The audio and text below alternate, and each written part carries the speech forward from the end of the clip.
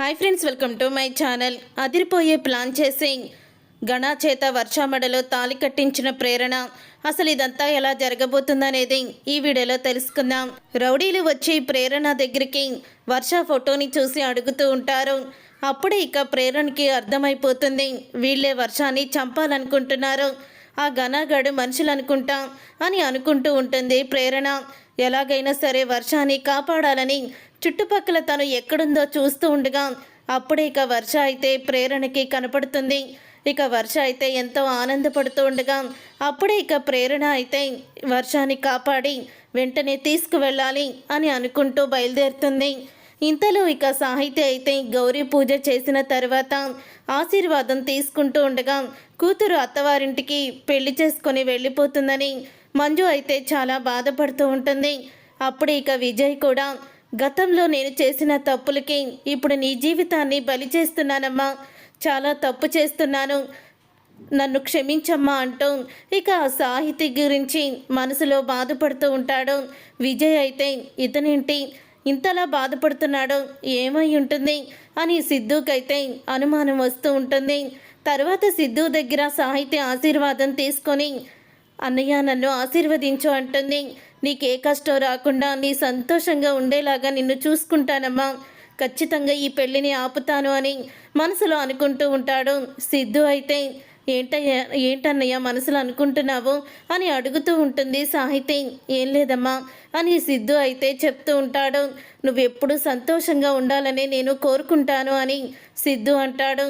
తర్వాత పంతులు గారు, పెళ్లి ముహూర్తానికి టైం అవుతుంది, పెళ్లి కూతుర్ని రెడీ చేసి తీసుకురండమ్మా అంటూ చెప్పడంతో అప్పుడు ఇక మంజు అయితే సాహిత్యని గదిలోకి తీసుకువెళ్తుంది.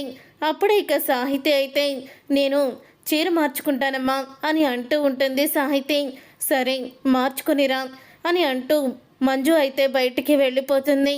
అప్పుడు ఇక అదే గదిలో ప్రేరణ అయితే వర్షాన్ని తీసుకొని అక్కడే ఉంటుంది గదిలో. ఒక్కసారి సాహితీ షాక్ అయిపోతూ ఉంటుంది. ప్రేరణ నువ్వేంటిక్కడ?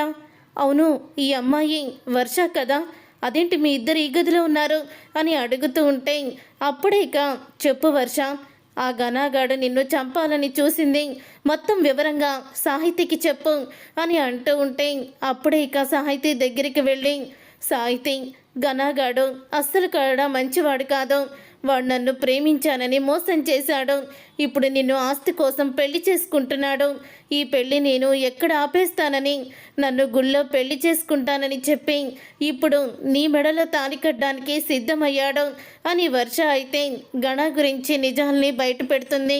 మీ అన్నయ్య నీ సంతోషం కోసమే ఎప్పుడు కూడా ఆరాటపడుతూ ఉంటాడు సాహితీ, కానీ నువ్వే అపార్థం చేసుకుంటున్నావు, ఘనగాడు మంచివాడు కాదు, ఇప్పటికైనా ఈ వర్ష మాటలు నమ్ము అని అంటూ ఉంటే అప్పుడు ఇక సాహిత్య అయితే గణ నిజ స్వరూపం తెలుసుకుంటుంది. ఇప్పుడేం చేద్దాం ప్రేరణ అంటూ ఉంటుంది. వర్షకి గణకి పెళ్లి చేద్దాము అని అంటూ ఉంటుంది ప్రేరణ. అది ఎలా సాధ్యమవుతుంది?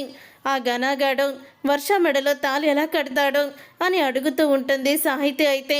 కడతాడు, కట్టేలా చేద్దాము అని సాహిత్యతో అంటూ ఉంటుంది ప్రేరణ. ముగ్గురు కూడా ప్లాన్ చేసుకుంటారు.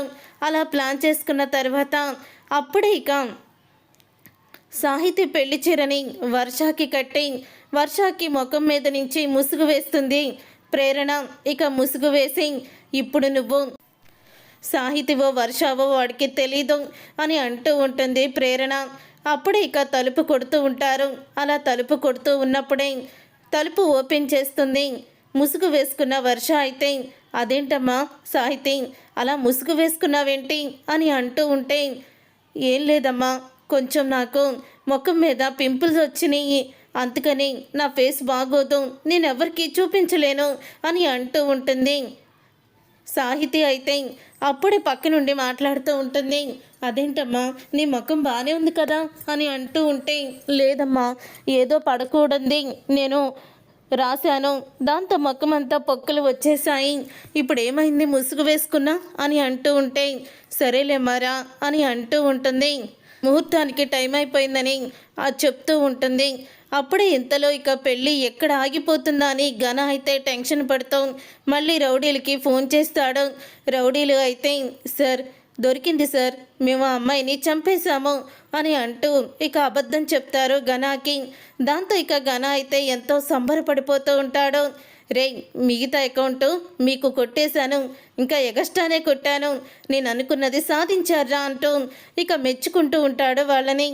అప్పుడు ఇక వాళ్ళైతే అమ్మయ్య, మన డబ్బులు మనకు వచ్చేసినాయి, ఏదో అబద్ధం చెప్పి అమ్మాయిని చంపేశామని డబ్బులు బాగానే గుంజేశాము, వీడికి కొన్ని రోజులు కనపడకుండా ఏదో ఒక ఊరు వెళ్ళిపోదాంరా, తర్వాత వీడు మర్చిపోతాడులే అని అంటూ వాళ్ళిద్దరూ అక్కడి నుంచి ఎస్కేప్ అవుతారు. తర్వాత ఇక వర్ష, పాపం నన్ను ప్రేమించి పెళ్లి చేసుకుంటానని ఎంతో ఆశతో వచ్చావు, ఇప్పుడేమైంది, శవమై తేలావు అంటూ ఇక అనుకుంటూ ఉంటాడు. గణ అయితే ఇంతలో సిద్ధు అయితే రండి బావగారు, ముహూర్తానికి టైం అవుతుంది అని సిద్ధు అంటూ ఉంటాడు.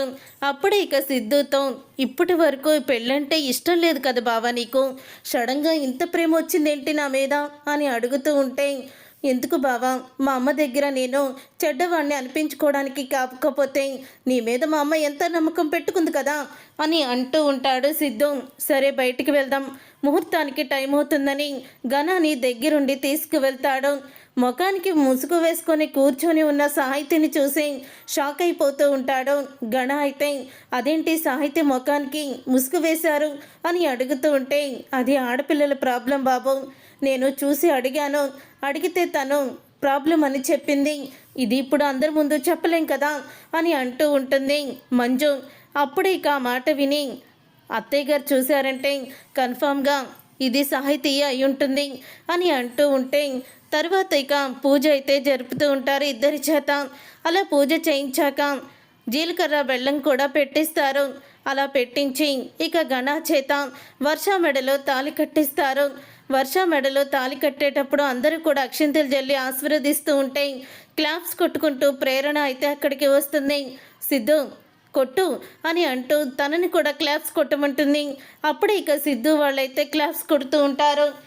ఇక అలా క్లాప్స్ కొడుతూ ఉంటే షాక్ అయిపోయి అలా చూస్తూ ఉంటాడు. గణ అయితే ఇక షాక్ అయిపోయి చూస్తూ, ఏమైంది వీళ్ళకి, ఏమన్నా పిచ్చి పట్టిందా, ఇలా ప్రవర్తిస్తున్నారేంటి అని అనుకుంటూ ఉండగా అప్పుడే ఇక అక్కడికి వస్తుంది సాహితి. ఇక సాహితిని చూసి ఒక్కసారే గణ అందరూ కూడా షాక్ అయిపోతూ ఉంటారు. అప్పుడే ఇక గణ అయితే సాహితి నువ్వు అక్కడుంటే మరి ఇక్కడుంది ఎవరు అని ముసుగు తీస్తాడు. పెళ్లి పీటల మీద ఉన్నది ఎవరో కాదు వర్ష. ఇక వర్షాన్ని చూసి గణ షాక్ అయిపోతూ ఉంటాడు. ఏంటిదంతా, అసలు ఏం జరుగుతుంది అని అంటూ ఉంటాడు గణ. ఏం జరిగేదేంటి, అదుగో నువ్వు ప్రేమించిన అమ్మాయి వర్ష నీ పక్కనే కూర్చొని నీ చేత తాళి కూడా కట్టించుకుంది, ఇంతకంటే ఏం కావాలి అని అంటూ ఉంటుంది ప్రేరణ. ఏంటిదంతా ప్రేరణ అని అడుగుతూ ఉంటుంది మంజు. అప్పుడే సాహిత్య అయితే, అమ్మ ఈ గణగాడు ఆడపిల్లల జీవితంతో ఆడుకునే విధవ, వీడు కొన్ని రోజులు ఈ అమ్మాయితో ప్రేమలో ఉండి పెళ్లి చేసుకుంటానని మోసం చేశాడు. ఫ్రెండ్ అని ఆ రోజు నిశ్చితార్థానికి వర్ష ఆపడానికి వస్తే ఫ్రెండ్ అన్నాడు. ఇలా చేసి తనని ఎంతో బాధ పెట్టి చివరికి సాహితిని పెళ్లి చేసుకోవడానికి ఆ అమ్మాయిని పైకి పంపించాలని ప్లాన్ కూడా చేశాడు అని అంటూ నిజాల్ని బయట పెడతారు సిద్ధు ప్రేరణ. నిజం తెలుసుకొని ఇక ఒక్కసారి షాక్ అయిపోతూ ఉంటుంది మంజు. అయితే ఇక విజయ్ అయితే తన కూతురు పెళ్ళి ఆగిపోయిందని ఎంతో సంబరపడిపోతూ ఉంటాడు. చూసారుగా ఫ్రెండ్స్, రాబోయే కథలో ఖచ్చితంగా ఇలాగే జరగబోతుంది. మరి ఇలాగే జరగాలని మీరైతే కోరుకుంటున్నారా? అయితే వీడియోని తప్పకుండా లైక్ చేసి ఛానల్ని సబ్స్క్రైబ్ చేసుకొని పక్కనే ఉన్న గంట సింబల్పై ఆల్ అని క్లిక్ చేయండి.